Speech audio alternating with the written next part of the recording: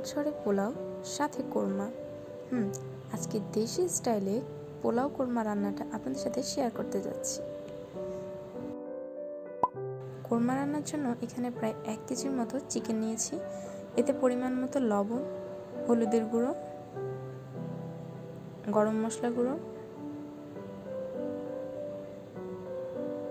রসুন পেস্ট, আদা পেস্ট দিয়ে ভালো করে মিক্স করে নিব।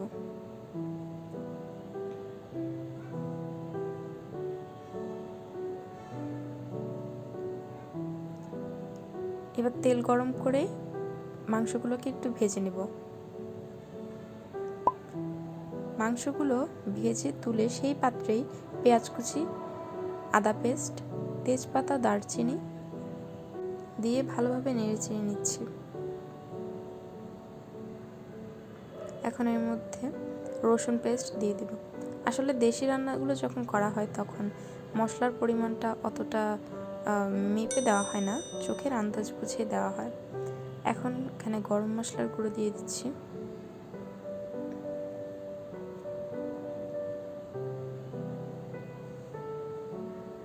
সরিষা পেস্ট দিয়ে দিচ্ছি,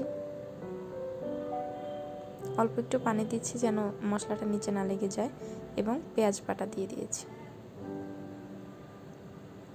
কালারটা যেন সুন্দর আসে এর জন্য 1/2 টেবিল স্পুনের মতো মরিচের গুঁড়ো দিয়ে দিলাম।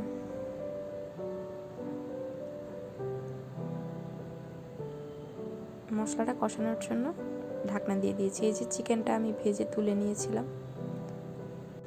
এরপর 4-5টা কাঁচামরিচ দিয়ে আমি মাংসগুলোকে মশলার সাথে ভালো করে মিক্স করে নিব।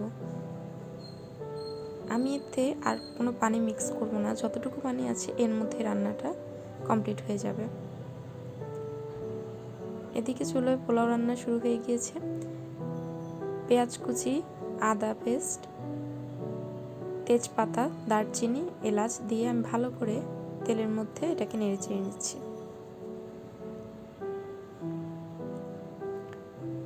এই যে আমার চিকেনটা হয়ে গিয়েছে।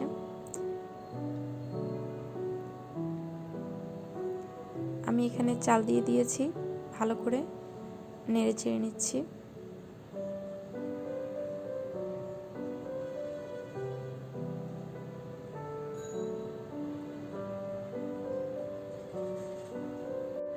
এগুলো কোনো অথেন্টিক রেসিপি নয়, আসলে আমাদের মা খালারা ঝটপট বাড়িতে যেভাবে রান্না করে সেটাই আপনাদের সাথে শেয়ার করলাম। কিছুক্ষণ নেড়েচেড়ে নেওয়ার পর আমি এতে পানি দিয়ে দিব। এখানে আমি 4 কাপ চালের জন্য 8 কাপ পরিমাণ পানি এবং 7-8টা কাঁচামরিচ দিয়ে ঢেকে দিব। এই যে আমার পোলাওটা হয়ে গিয়েছে। এখন আমি 1 টেবিল স্পুনের মতো ঘি এর উপর দিয়ে ছড়িয়ে ঢাকনাটা দিয়ে রাখবো। আমি পোলাও কোরমাকে ভাজা ইলিশ, ভর্তা, সেদ্ধ ডিম, শসা আর কাঁচামরিচের সাথে পরিবেশন করেছি। আশা করছি আমার আজকের রেসিপিগুলো আপনাদের কাছে ভালো লাগবে। যদি ভালো লেগে থাকে অবশ্যই আমার পাশে থাকবেন। আল্লাহ হাফেজ।